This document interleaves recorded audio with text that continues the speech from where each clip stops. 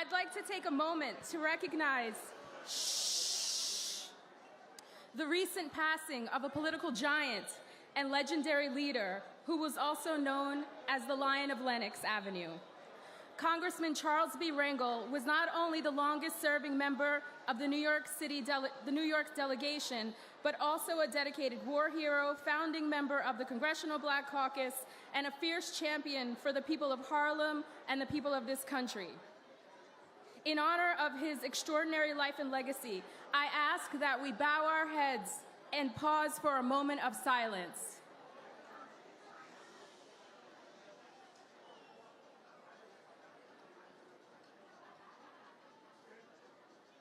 Thank you. I am deeply honored to join you today in commemoration of Juneteenth. This is a day that holds profound significance for African Americans, all descendants of the African diaspora, and for our nation. We are gathered not only to remember the history, but also to affirm our ongoing commitment to justice, equality, and the full realization of freedom for all. For some, freedom is something that happened long ago, distant, abstract, and confined to textbooks. But for me, that is not the case. My grandmother's grandparents were born enslaved people. My grandmother's paternal grandparents, George Tunstall and Edmonia Woodson, were born into slavery, George in 1847 and Edmonia in 1855. They were married in 1871 and raised 13 children, including my great-grandfather Peel. A detail that was often let out when stories were shared about my great-great-grandmother Edmonia was at the age of 14, she gave birth to her first child, a mixed-race baby named Thomas, who was born as the result of her enslavement. Edmonia was more than just a witness to history. She was part of the fight for freedom. During the Civil War, she would climb something known as Signal Hill to watch for Confederate soldiers and signal Union troops as danger approached. She was a young enslaved girl who risked her life and the life of her baby to help turn the tide of war and fight for freedom for herself and her people. We stand on her shoulders. Edmonia's story is not unique, but I share it today because so much of our history, so much of African American history has been lost because of the harsh realities, pain, shame, and shame associated with slavery. So I stand here today as the Deputy Mayor for Intergovernmental Affairs for the City of New York, serving under the leadership of the second Black mayor in this city's history, and as the great-great-granddaughter of George and Edmonia Tunstall, who were born enslaved. This journey from Signal Hill to City Hall is not mine alone. It belongs to every ancestor who dreamed of a world they would never see, but believed that one day we would all be free. They believed we were worthy of the hopes and dreams and promise that America claimed to offer. And they believed that one day we would be able to gather here at Gracie Mansion to celebrate our heritage and freedom. I am proud to serve not just in title, but in purpose, because I know exactly who I am and who I came from. Juneteenth is not only about what was proclaimed in 1865, it's a celebration of freedom and a day to remember those who came before us. And so, with that, I'd like to say happy Juneteenth, and I'd now like to introduce the 110th Mayor of the City of New York, Eric L. Adams.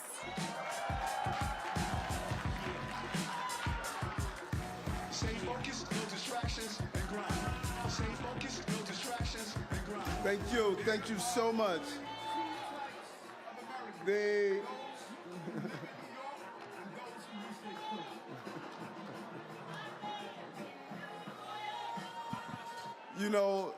Many of you may not really heard that powerful story that Deputy Mayor Raspberry stated. And when you think about it, you realize the hurdles that we have overcome. And not only the hurdles from her ancestors and the lineage and the moments of enslavement, but there's one story about Deputy Mayor Raspberry that I tell because many folks don't realize the resiliency of the African American experience in general, but specifically the resiliency of African American women and what they had to endure. When Tiffany was a little girl growing up in public housing in Brooklyn, Cooper houses, she got up one morning and she saw detectives in her living room. And they were investigating the fact that there was a shooting and the bullet went through her window. And she had to sit down, have a meal, have breakfast, and then she had to go to school and take an examination and then come back home. Think about that for a moment. And if that story was just unique to Deputy Mayor Raspberry, then we could say, well, that's a unique situation. But how many times have our young people had to endure a level of trauma and had to normalize it and still had to function like everything was all right? No one in her class that day realized that a bullet went through her window that day because she did not wear her pain, her anger, her frustration. She knew she had to get up because if our ancestors delivered babies in the cotton fields and then was able to still go out and survive, that says the resiliency that we have to offer and what we're made of. And that's what Juneteenth is about. Juneteenth is about reflecting on the rich history. Back during the 80s, the early 80s, I was with Reverend Herbert Daughtry, and we were marching and protesting the death of a young man named Randall Evans. And I remember sitting in the room, people, and I was a young man at the time, and many of the young people who were there, this was the early 70s now I think about it, Reverend Daughtry and Sam Penn and J.G. Tuweusi and all of these giants, these intellectual giants, were in the room. And the young people who were there were so frustrated and angry because we saw Clifford Glover, we saw Arthur Miller, we saw Randolph Evans, we saw these young people who were the victims of aggressive policing in our community, and we were angry and we were frustrated. And we told the elders that were in the room, we told them, you don't know what should be done. You need to move out of the way. And I remember getting up from my seat and rolling up a piece of paper like it was a baton. And I went to the front of the room while elders were, and I dropped to my knees and I handed them the baton. Because I knew that they ran their mile. And if you look at the complete succession, you'll understand every group and generation had to run their mile. Nat Turner had to run his mile, and he handed the baton off to Marcus Garvey. Marcus Garvey ran his mile, and he handed it off to Rosa Parks. Rosa Parks ran her mile and handed it off to Reverend Sharpton. Reverend Sharpton ran his mile and handed it off to Barack Obama. Barack Obama ran his mile and handed it off to VP Harris. VP Harris ran her mile. David Dinkins ran his mile, and 30 years later, I'm holding the baton to be the second African-American mayor in the city of New York. It's about running our mile. And so you don't look down on those who ran the mile to believe you are going to run a better mile. You just need to lace up your goddamn sneakers and make sure you win the race and run your mile. That's what Juneteenth is about. It's a day of reflection that we got here because people ran the mile before us. People understood that they would not live long enough. Nat Turner didn't live long enough to see me become mayor. Marcus Garvey didn't live long enough to see me become mayor.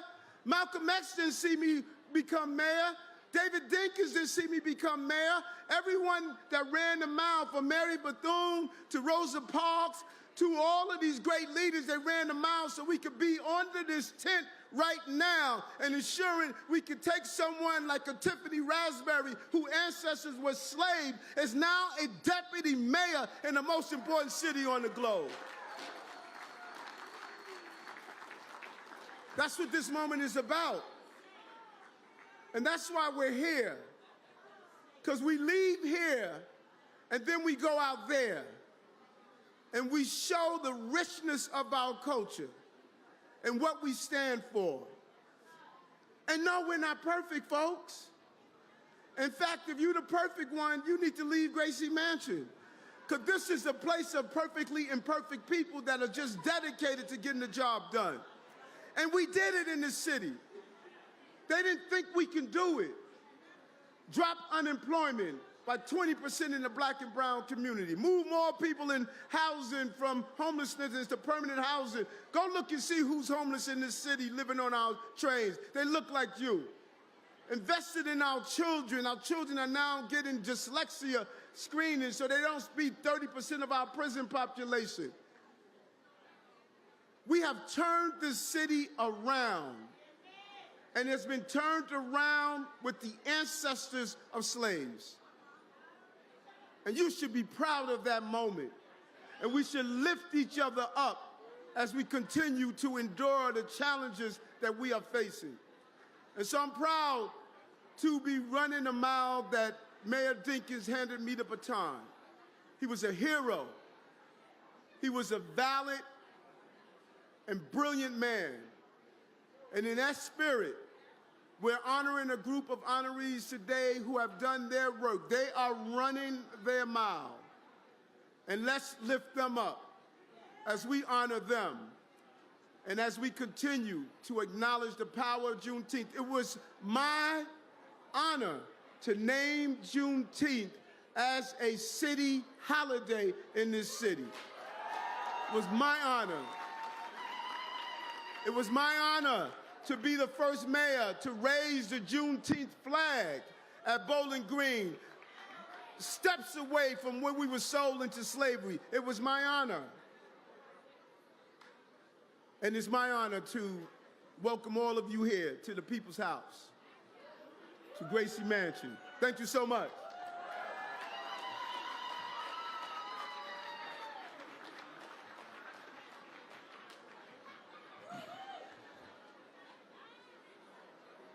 Good evening, everybody. My name is Anthony Taylor. I'm the citywide African American liaison for the Mayor's Office of Community Affairs. I'm happy that everybody's enjoyed themselves, so without further ado, let me introduce the honorees. Our first honoree is Tanya Orez, who is the Neighborhood Housing Service, CEO of the Neighborhood Housing Service of New York City.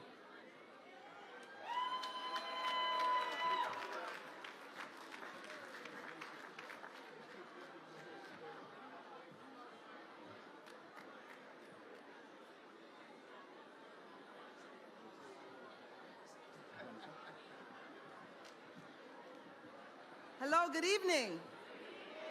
First, I would like to thank Mayor Adams for this wonderful honor. I am very honored to hold up the mantle for affordable housing. NHS, Neighborhood Housing Services, we are committed to providing residents with the tools they need to buy their home, to keep their home, and to maintain their home. And I love what I do, and it's only because of the team that I have. I have a leadership team here somewhere. But if you want to know about Neighborhood Housing Services, look us up or speak to someone that's raising their hand right now. But we're here to serve you, and we just want to thank the mayor for his continued support for affordable housing. Thank you.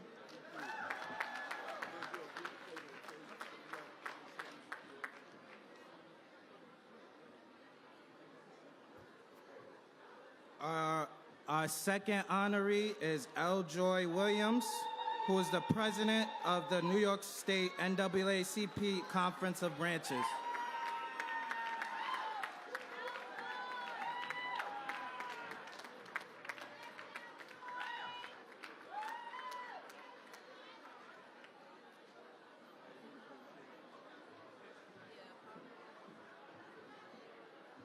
Good evening, brothers and sisters. If you are a member of NAACP, let me hear you make some noise. I hope that means everybody's membership is up to date.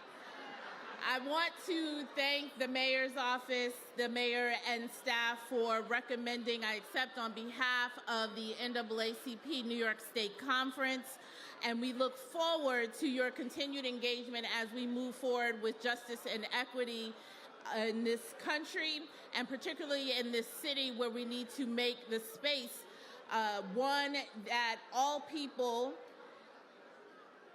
African descendant people, Black people, okay, I just wanted to make sure that we continue to advance in equity and justice. Thank you so much.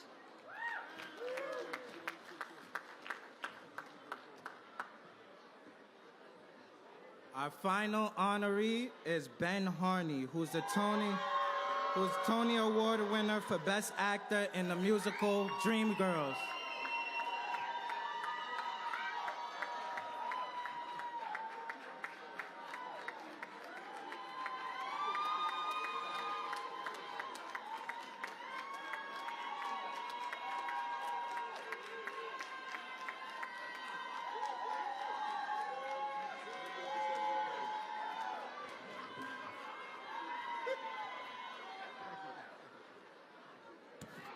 Good evening.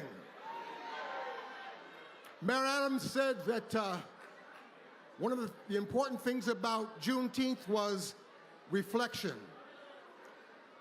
When I was a boy, someone saw me. They ascribed value to me, and they helped me move forward. My prayer is that I will be an agent of the same. To see someone, to value them, and to help them move forward.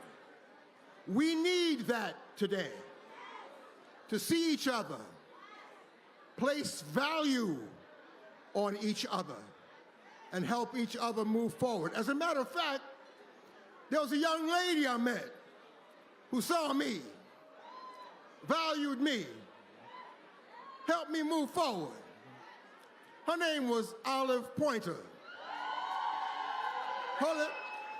But you see, I was very smart. I married her. We began dating in '71, we were married in '79, and I mention it because it's a key part of the value I place on relationships and consistency. God bless you all. God bless you all.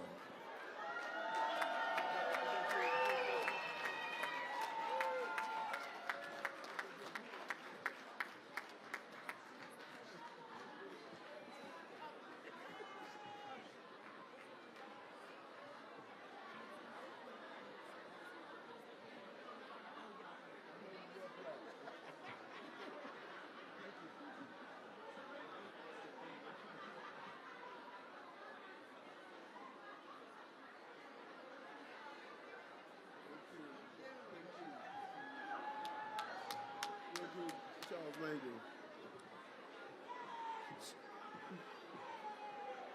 So we want to, before we close out today, we believe it's fitting to honor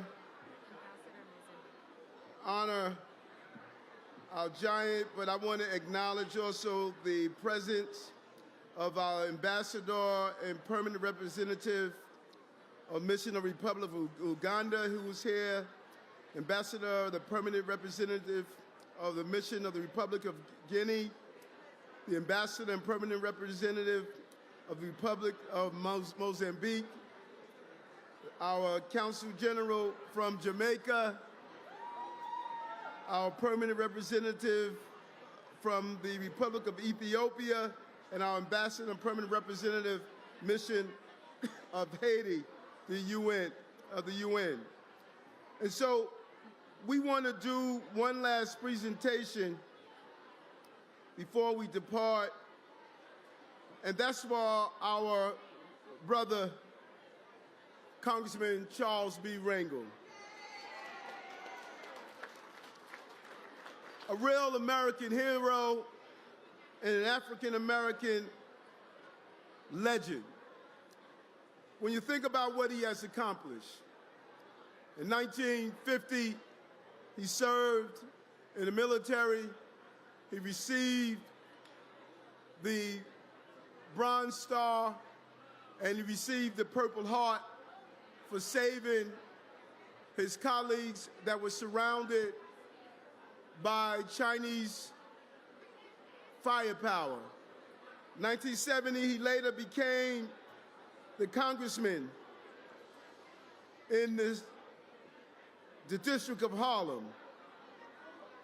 And when you looked at his contributions, when you looked at the commitment that he has served during his time in office, always valiantly, not only serving on the field of battle, but making sure that he lived up to what we all expected from him. And so I'm proud to give the Lions of Lenox Avenue the key to the city, and to just show the brother the love that he deserved. We have here one of his staff members, longtime staff members, Michelle Stent, and we also want to bring up our Assemblywoman, former Assemblywoman and Councilwoman to also participate in this as well. Such a significant moment to give our congressman this key. Is the key to our heart and our dedication to an amazing, amazing American, an amazing hero, and an African-American hero to us all.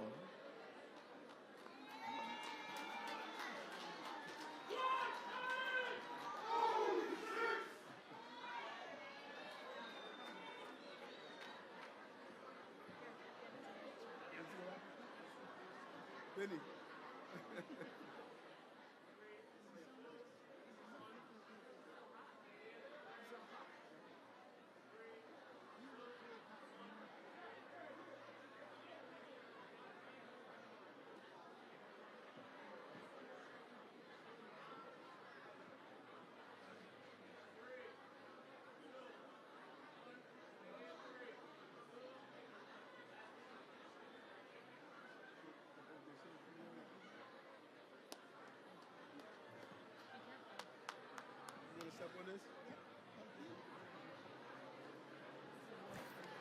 Family!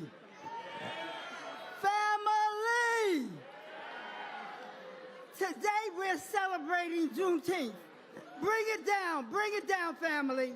Bring it down, bring it down. This is historic, what this mayor has done today. Family, bring it down, bring it down, bring it down. Bring it down. Today we celebrate Juneteenth. My name is Inez E. Dickens, and I stand before you as the granddaughter of a slave of Tennessee. But today is so appropriate that we are recognizing, that this mayor is recognizing the Honorable Congressman Charles Bernard Rangel. We all called him Charlie. We all knew he was the Lion of Lenox Avenue. He was the lion because whether he fought on foreign shores or in the halls, the marble halls of Washington, D.C., he fought for the people. Charlie Rangel was the people's congressperson. He was attacked for fighting for Social Security. He was attacked for fighting for Medicaid and Medicare. He was attacked because he was the first one to put through legislation for LGBTQIA. Congressman Rangel passed just a few weeks ago. And in the last few days, we've celebrated his life. But the real way to celebrate his life is to not let that legacy die, not let that fighting spirit. This man created more legislation than any other congressperson in the history of Congress. And he was a son of Harlem. Family, I stand and say thank you. Thank you for the love you gave him. Thank you for the support you showed him. We have lost so many of our icons in the last few years, including Dr. Hazel N. Dukes. And with the loss of Congressman Rangel, it's throwing a lot of us into what are we going to do next. But I know what we're going to do. I know we're going to work hard. We're going to solidify. We're going to stand united as one. And you will not let anybody come into your town and tell you that they know better what you need than you do yourselves. You will stand up and fight. You will go to the polls and vote. You will bring your families out. And you will say, I'm voting for the right person come November. Come November. Let me hear it again. What are you going to do? In November, you're going to do what? That's what I'm talking about. And I want to acknowledge, where's the 100 black men? Because Congressman Rangel was one of the founding members of the 100 black men. Are the 100 black men out? Raise your hands. Raise your hands. Alpha Phi Alpha, he was a member of the Harlem chapter. Let me hear it. Let me hear it. That's what I'm talking about. I want to thank all of you. And I want to particularly thank this mayor, because you heard what our commissioner, our cultural commissioner, Lori Cumbo, set forth as an aggressive agenda about all of the cultural institutions that will be preserved and created. It would not have been done if it were not for this mayor, Eric Adams. Give it up for Mayor Eric Adams. I want to hear it from Mary. That's right. That's right. Because without his support, without his fight, without him putting in some money to match our dollars, we wouldn't have it. So family, again, thank you, and thank you for supporting me, and thank you for all that you do and continue to do to ensure that New York City is the city of all people and not a few. It is the city of all cultures and not just one. It is the city of the people, like we're in the people's house. Thank you so much, and I'm going to ask Michelle Stent, who was with Congressman Rangel for more than 6 years, to please say a few words, because she loved him so much and she worked so hard for him. Thank you.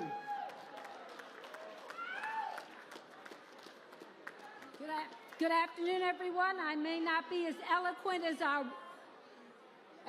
wonderful assemblywoman, but I'm here to thank Mayor Adams for awarding this prestigious honor to our beloved Congressman Charles B. Anger, and all you have done, Mayor Adams, to celebrate Mr. Rangel as we mourned his passing. We really appreciate it.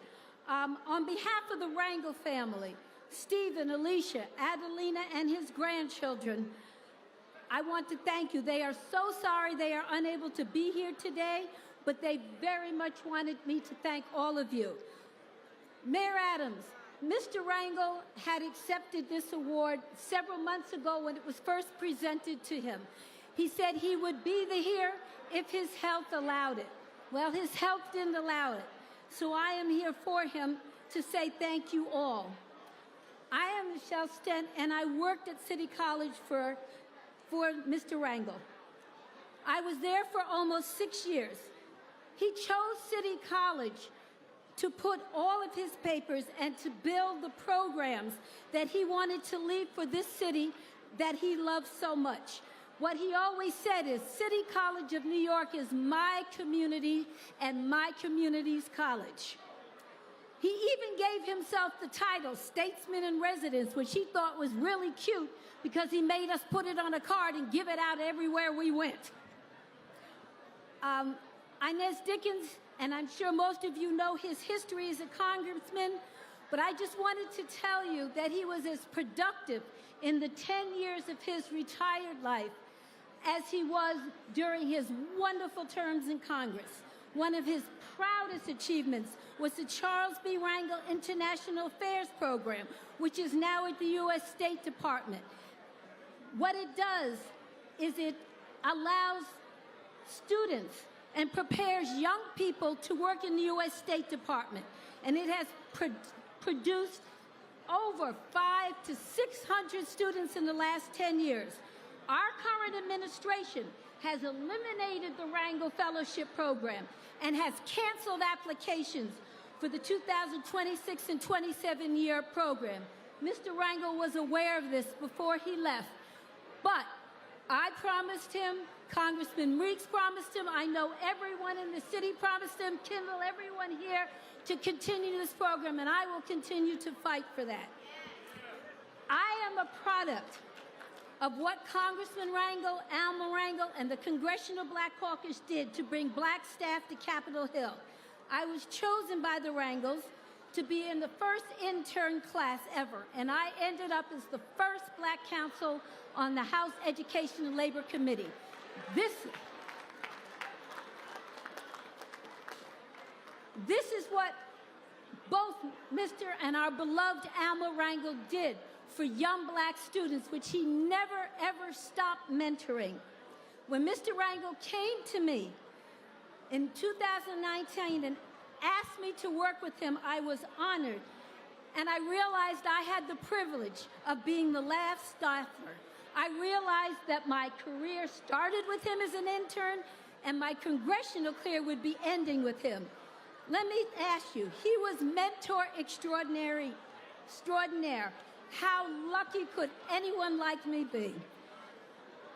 What he wanted, and what the most important program is, and I will end with this, was his Institute Initiative for Infrastructure. This provides accessible, industry-recognized training that equips hundreds of New Yorkers each year with essential job training and professional certification.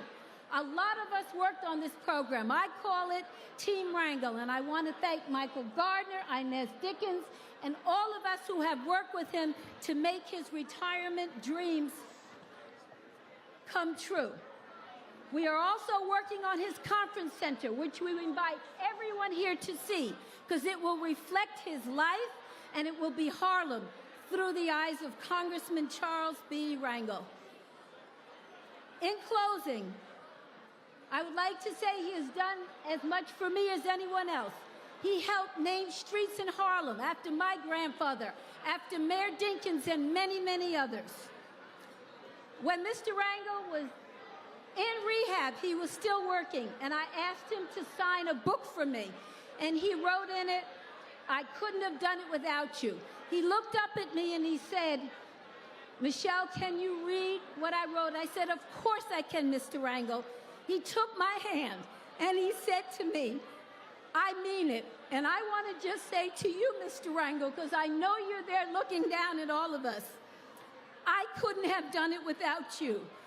So, Congressman Rangel, Mr. Chairman, the line of Lenox Avenue, Mr. Harlem, USA, boss, Mender, Charlie, thank you, and God bless you, my dear, dear Mr. Rangel. Thank you all.